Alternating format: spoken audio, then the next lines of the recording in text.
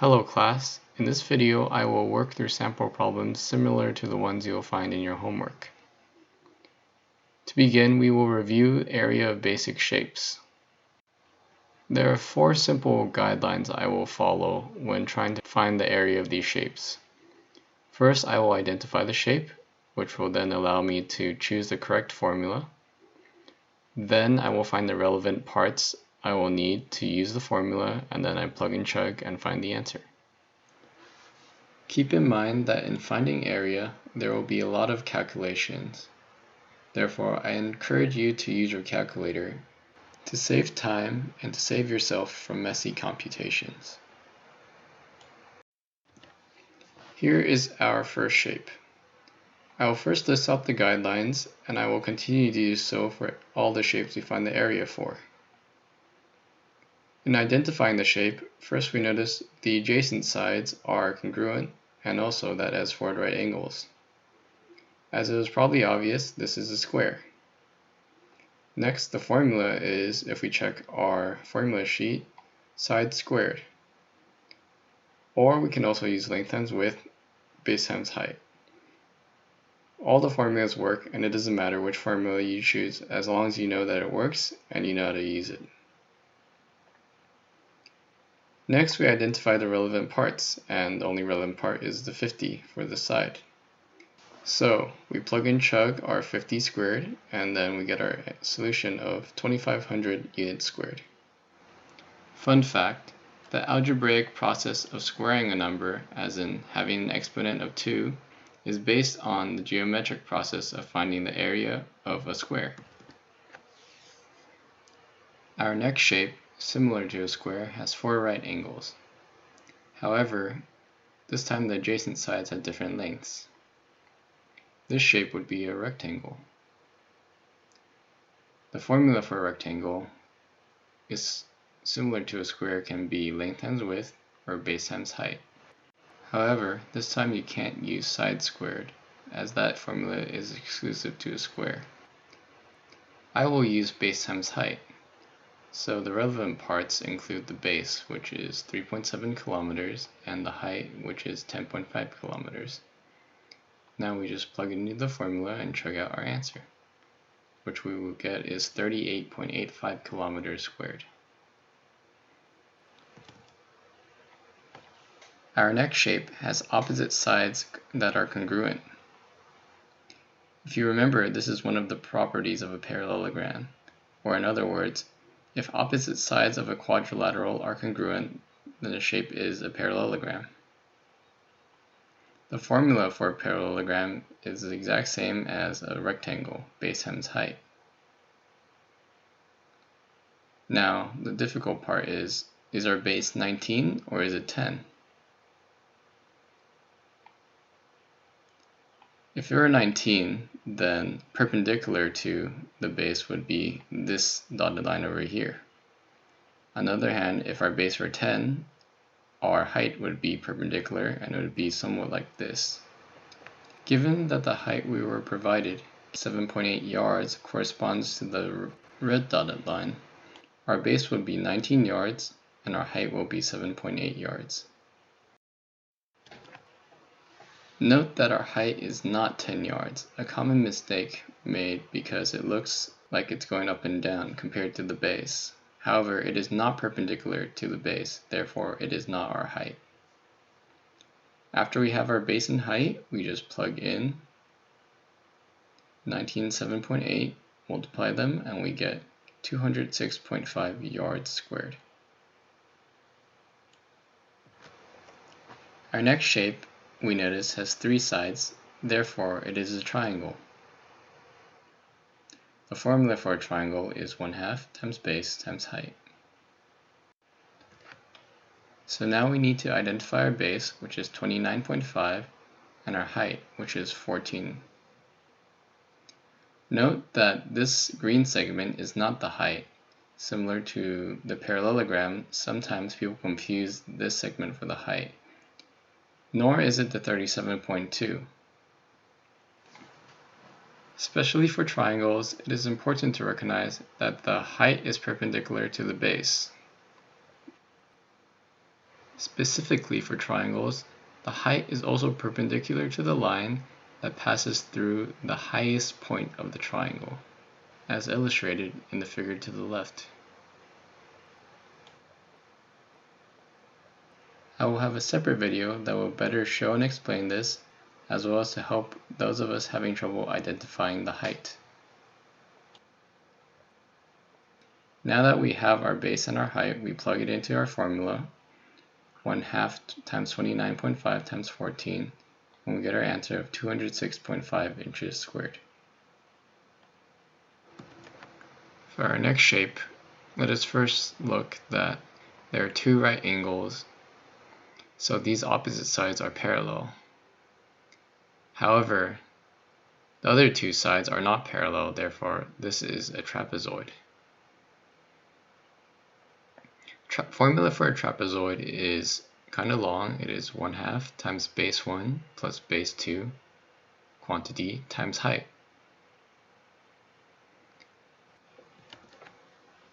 So our relevant parts include our top base, base 1, which is 11 inches, our bottom base, our base 2, which is 15 inches, and our height, which is perpendicular to both of them, which is 7 inches. Note, once again, the height is perpendicular to both bases.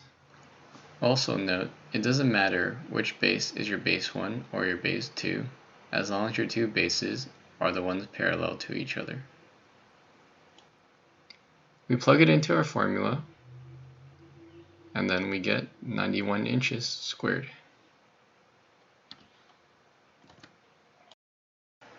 Notice this shape has two congruent sides up here and two congruent sides down here. With two sets of adjacent congruent sides, this is a kite. The formula for a kite is diagonal 1 times diagonal 2 over 2. The relevant parts include diagonal 1, which is 6 plus 2, which is 8, and diagonal 2, which is 3 plus 3, which is 6. Note that the formula only needs half of the diagonal, therefore, if we take diagonal 2 over 2, we get 6 over 2, which is just 3. We plug and chug our diagonal 1 and diagonal 2 over 2, and we get 24 units squared. The last of our basic figures will be a circle. The formula for a circle area is pi times the radius squared, or in short term, pi r squared. Note that this dot I use means multiply, so it's pi multiplied by the radius squared still. If we take a look at our circle, we are given the diameter, which is 26 yards. However, in the formula we want the radius, which is half of the diameter. So the radius, if it's diameter over 2, is 26 over 2, which is 13 yards. Next, we just plug our 13 yards into our circle's area equation, and we get pi times 13 squared, and we get 169 pi yards squared. This is called expressing an answer in terms of pi. In many advanced math courses, you will not be required to plug in 3.14 for pi, and you will simply express your answer in terms of pi. For completion's sake, we will also multiply 169 by 3.14, and our answer we get is 530.66 yards squared. Our next section is finding the area of composite figures, or basically just putting multiple different shapes together. Similar to just finding the area of a single shape, it has the same basic guidelines except with a few adjustments. Instead of identifying a single shape, we need to divide the composite shape into its constituent shapes and identify them. Then we need to choose multiple formulas and identify and label the relevant parts, given that a composite shape is more tricky to work with than a simple basic shape. Finally, after finding the areas of the various different shapes, we add them together to get the area of the composite shape. Let's try two examples to see how they work. For our first example, we see we can divide our figure into a triangle, a rectangle, and a semicircle, or half of a circle. The formulas corresponding include the 1/2 base times height for the triangle, base times height for the rectangle, and pi r squared over 2 for the semicircle.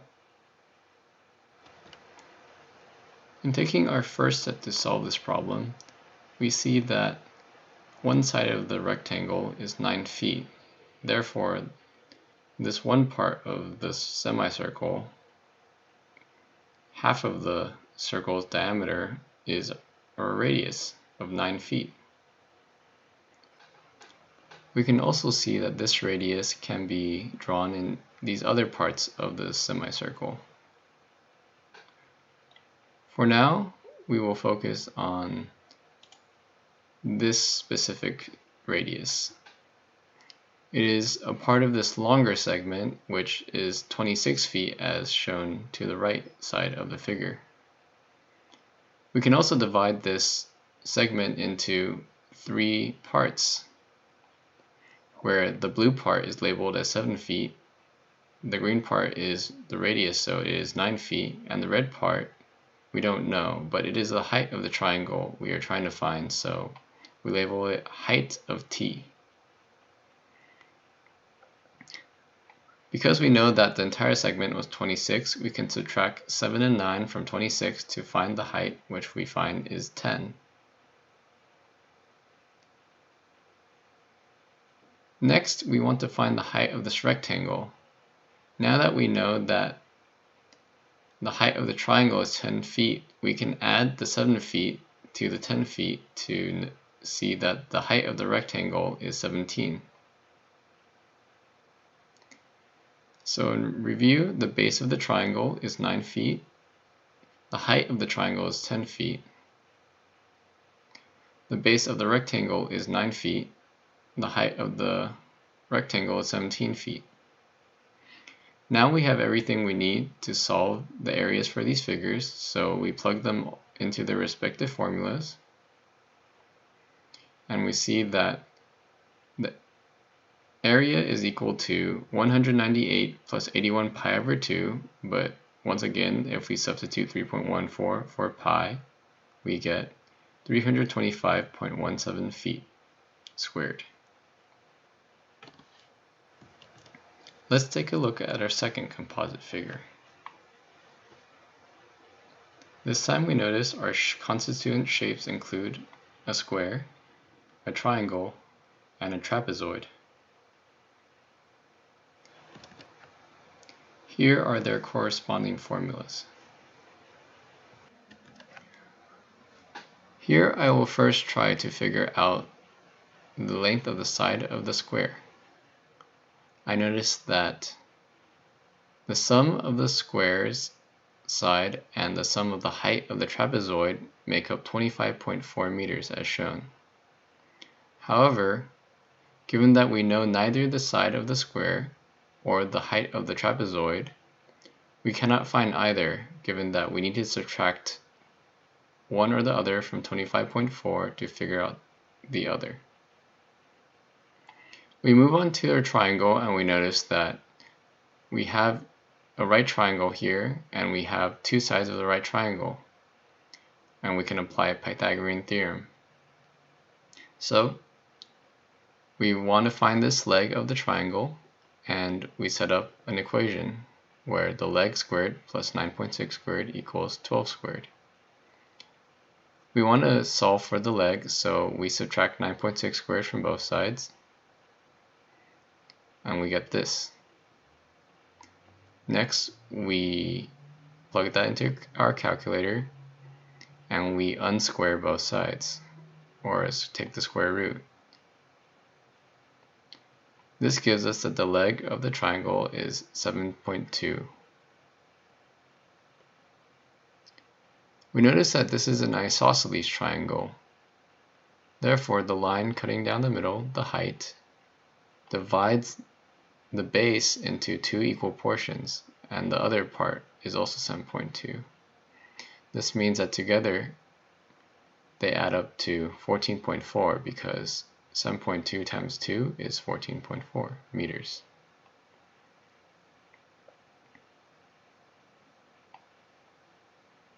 The height of the triangle was our dividing line earlier, which is 9.6 meters. Moving on, we can see that the base of this triangle is also a side of the square, therefore the side of the square is also 14.4 meters.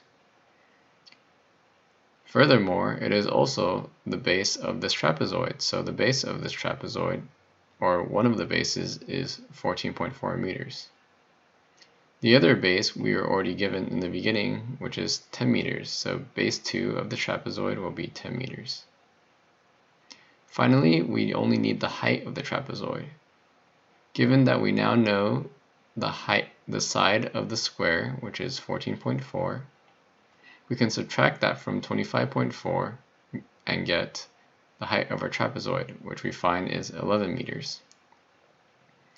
Now that we have all the information we need to solve for the areas of each figure, we plug them into their respective equations, and we calculate the final answer, which is 410.68 meters squared. We now move on to finding the shaded regions of figures. Similar to finding the area of the composite figures and the shapes, the guidelines are rather similar.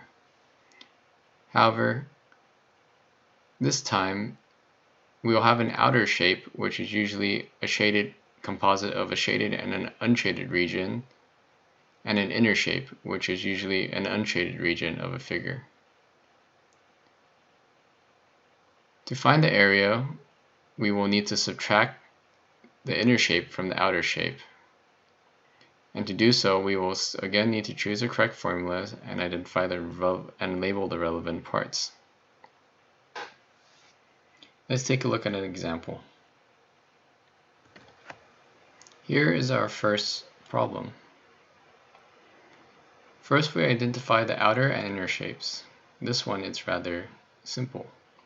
Our outer shape is a square, and our inner shape is a circle. Here are the corresponding formulas. Next, we have to identify and label the relevant parts. Given that 25 feet is the side of the square, we are done for the square. For the circle, we see that the diameter is the same as the length of the square. However, for a circle, once again, we need diameter over 2, which will be the radius, which is 25 over 2, and it is 12.5 feet. We already have all the information we need, so we plug our areas into their respective formulas. However, since we want to find the area of the square without the circle, we subtract the area of the circle from the square. This gives us 625 minus 156.25 pi if we express our answer in terms of pi, or if we multiply it by 3.14, we get 134.375 feet squared. Here we have reached the last problem in this video. Let's first identify our outer and inner shape. One way to look at it is we can say our outer shape is a rectangle and our inner shape consists of 3 triangles. Now, before we move on, let me save us some time and point out why this would not work. In calculating the area of the rectangle, we have both the length and the width, or the base and the height, therefore there's no trouble. In calculating the area of this triangle, we have the base and we can find the height by subtracting 6 from 15. However, trouble arises when we try to find the area of these two side triangles, particularly in knowing the length of these segments. Given that this composite segment is equal to 26 inches, we need to know either one or the other in order to figure out the length of the other one. However, because we know neither, we cannot figure out the length of either. If that is not the outer and inner shapes, then instead, what are the shapes? Well, we can say the outer shape is a trapezoid and the inner shape is a triangle. Here are the corresponding formulas, and let's go about figuring out the relevant parts. First, we take a look at this trapezoid, and we see the base 1 can be 26 inches, base 2 can be 14 inches, and the height is 15 inches. So good so far, no troubles yet. Taking a look at this triangle, we see the base is still 26 inches, and as I said earlier for our mistaken example, the height we can just say is 15 inches, subtract that segment over there, and we get 9 inches. Now we have everything we need to solve this problem, so we plug it into their respective formulas. We find the area of the trapezoid, we subtract the area of the triangle, and we get 183 inches squared, the area of the shaded region. Thank you for watching this video and going through these problems with me. As I mentioned earlier, I will have a video explaining how to identify the height of various figures such as triangles, trapezoids, and parallelograms. Also, I will try to provide a video that will animate and explain how we derive these formulas for these areas, as that is the heart of understanding what we are doing here. If you have any trouble with your work, don't be afraid to ask me or Mrs. Villegas with help, and send us a message on Schoology. As this is a YouTube video, I will have to ask you to like and subscribe to my empty channel, which is just as empty as enthusiasm in my voice or as my heart. Once again, thanks for watching, and hope you have a good day.